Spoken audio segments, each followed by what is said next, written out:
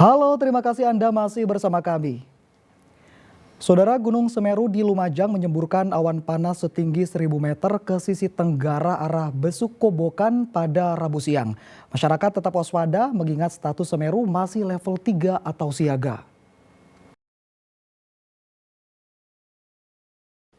Detik-detik erupsi Gunung Semeru meluncurkan awan panas terekam CCTV milik Badan Penanggulangan Bencana Daerah atau BPBD Lumajang di Desa Oro-Oro, Ombo, Kecamatan Pronojiwo.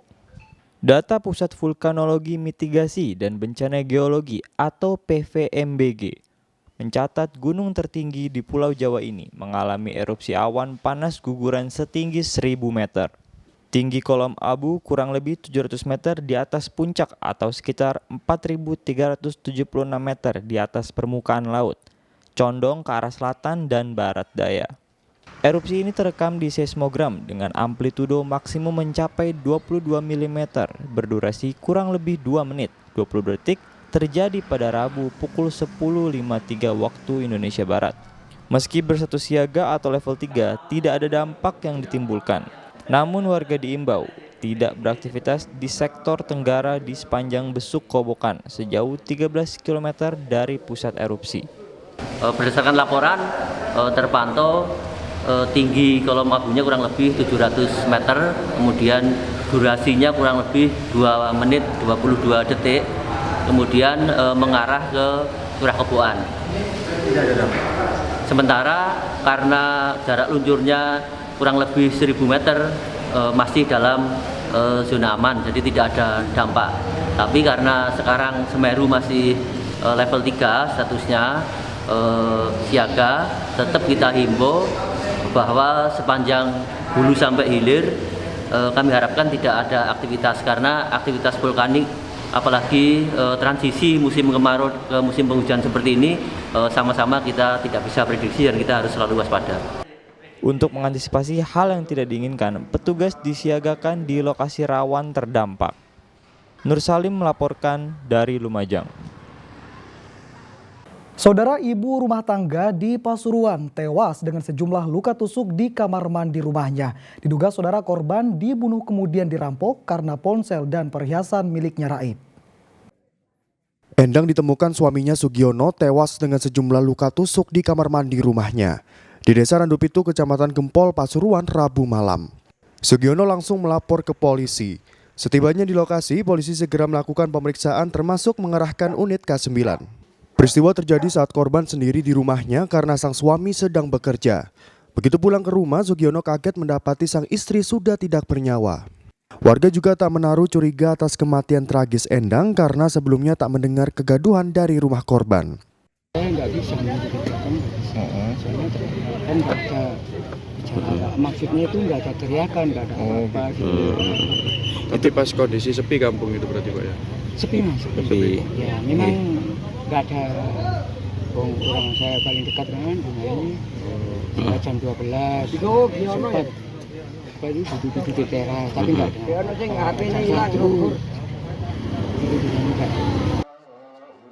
Kapolres Pasuruan mengatakan pembunuhan diduga bermotif perampokan karena ponsel dan perhiasan korban raib digondol pelaku. Sejauh ini informasi yang kami terima, korban tinggal sendiri saat itu karena suami dalam posisi bekerja. Kemudian juga kondisi rumah sejauh ini tidak ada yang rusak, baik daun pintu maupun daun jendela. Sehingga ada indikasi pelaku masuk melalui dibantu oleh korban. Nah, ini yang kami masih harus dalami dan konfirmasi ulang di TKP. Polisi masih menyelidiki dan memburu pelaku pembunuhan disertai perampokan ini. Dan Diari Gafur melaporkan dari Pasuruan. Saudara, belasan ribu ekor ayam siap panen milik peternak di Ngawi mati. Kematian ayam diduga akibat pemadaman listrik selama 5 jam sehingga mesin blower mati. 12.000 ekor ayam potong milik Kafid 42 tahun warga desa Kendal, Kecamatan Kendal, Kabupaten Ngawi mati, sehingga tidak ada satupun ayam siap panen yang hidup. Belasan ribu ekor ayam ini mati diduga akibat pemadaman listrik lebih dari 5 jam, sehingga mesin blower mati. Diketahui pemadaman listrik terjadi sejak Selasa pukul 10 malam akibat salah satu gardu PLN terbakar. Sebenarnya, Kafid bersama karyawannya sudah berusaha menyalakan mesin genset, namun ternyata tidak bisa menghidupkan seluruh blower yang ada. Mati dari jam 8, setengah 9 sampai jam 2. Baru nyala. Terus berapa Pak jumlah ayam Bapak yang mati? Sekitar 12.000. 12.000 ya, akibat blower mati itu tadi. Iya, akibat blower mati. Terus gimana Pak nantinya ayam-ayam yang mati itu diapain Pak? Ya, ayam yang mati ya dikubur. Dikubur ya? Iya. Pak, kerugian ditaksir sampai berapa Pak? Kalau kerugian ya sekitar hampir 500-an. Juta? Iya, 500-an juta. Belasan ribu ekor ayam yang mati tersebut akan dikubur oleh pemiliknya. Dirgo Suyono melaporkan dari Ngawi. Saudara, guna memudahkan menonton Piala Dunia U17 di Stadion Gelora Bung Tomo Surabaya, masyarakat yang memiliki tiket diimbau menggunakan shuttle bus. Pasalnya, area sekitar Stadion GBT tidak disediakan parkir khusus penonton dan hanya untuk tamu undangan. Jelang pembukaan Piala Dunia U17 FIFA Indonesia 2023, Jumat 10 November, Stadion Gelora Bung Tomo Surabaya disterilkan. Penjagaan dan pengamanan ketat dilakukan oleh polisi. Pemerintah Kota Surabaya mengimbau masyarakat yang akan menonton pembukaan Piala Dunia U17 di Stadion GBT menggunakan shuttle bus, karena tempat parkir di sekitar stadion hanya untuk tamu undangan. Pemkot Surabaya menyediakan 110 shuttle bus tanpa dipungut biaya alias gratis. Menurut Wali Kota Surabaya, Eri Cahyadi, akses keluar masuk area Stadion GBT akan dijaga ketat polisi. Jadi jalan dan akses parkir ini yang boleh dilewati itu hanya tol Romo Kalisari, Jalan Jawa, sama tol Pelindo ya, dari Pelindo. Dan di titik itu hanya ada mobil yang boleh, itu adalah mobil yang memang ada stikernya sekitar 150-an. Terus yang bisa ke lobi itu hanya mobil VIP. Itu hanya mobilnya Pak Presiden, Pak Ketua Umum PSSI dan mobilnya FIFA.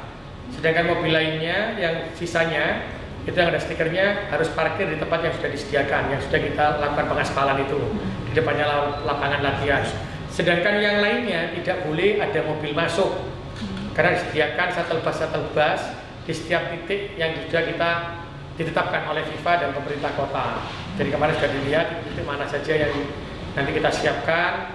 Jadi semuanya nanti akan terfokus di sana. Baru dari tempat itu, titik itu menuju ke Stadion GBT naik bis yang sudah kita siapkan bisnya.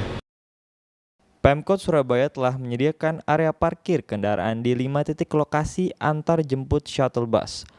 5 titik tersebut diantaranya Terminal Joyoboyo, Mall Ciputra World, Kantor Samsat Tandes, Balai Kota, dan Terminal Oso Wilangun. Shuttle bus sendiri gratis dan dibuka selama ada pertandingan, mulai jam 12 siang hingga pertandingan berakhir. Dari Surabaya, Arif Purwanto melaporkan.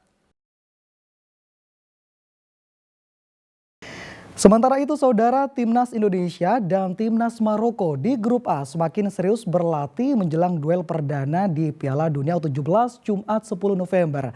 Selain Timnas Indonesia akan melawan Ekuador, Maroko akan berjumpa Panama. Timnas Indonesia usia di bawah 17 tahun menggelar latihan di lapangan C Gelora Bung Tomo Selasa malam. Sejumlah porsi latihan dilahap tim Garuda Muda. Pelatih kepala Timnas Indonesia U17 Bima Sakti mengatakan anak asuhnya dalam kondisi fit dan siap tempur. Garuda Muda diminta lebih fokus untuk menghadapi Ekuador yang di atas kertas menjadi tim terkuat di Grup A. Ada target coach untuk ini? Yang pasti saya tidak mau terlalu membebani pemain. Yang pasti mereka juga sadar ini kesempatan yang langka. Seperti kata Pak Waketum tadi, U17 main di Piala Dunia ini yang pertama kali. Dan mereka juga sudah tahu tugas dan tanggung jawab mereka. Ya selalu fokus dalam setiap pertandingan. Dan siap memberikan yang terbaik. Ya Iqbal ya. Sementara timnas Maroko U17 berlatih di Stadion Gelora 10 November. Selasa sore, Maroko akan menjalani laga perdana kontra Republik Panama Jumat sore 10 November. Diperkuat sejumlah pemain muda yang merumput di Liga Utama negara-negara Eropa, Said Chiba, pelatih timnas Maroko, optimistis memenangkan pertandingan. We have the beginning 4 months ago. So we are in the final step. We are preparing the small details for this game. So we hope we're going to be ready in 3 days. Indonesia dan Maroko berada di grup A bersama Ekuador dan Republik Panama pada putaran final Piala Dunia usia di bawah 17 tahun. Seluruh pertandingan grup A akan dilakukan di Gelora Bung Tomo. Ari Purwanto melaporkan dari Surabaya. Saudara, berawal dari jual beli tanaman bonsai, pria asal Kecamatan Diwe, Kabupaten Jombang membuat pot bonsai mini. Hasilnya saudara, cuan jutaan rupiah per bulan diraih hingga menopang perekonomian keluarga.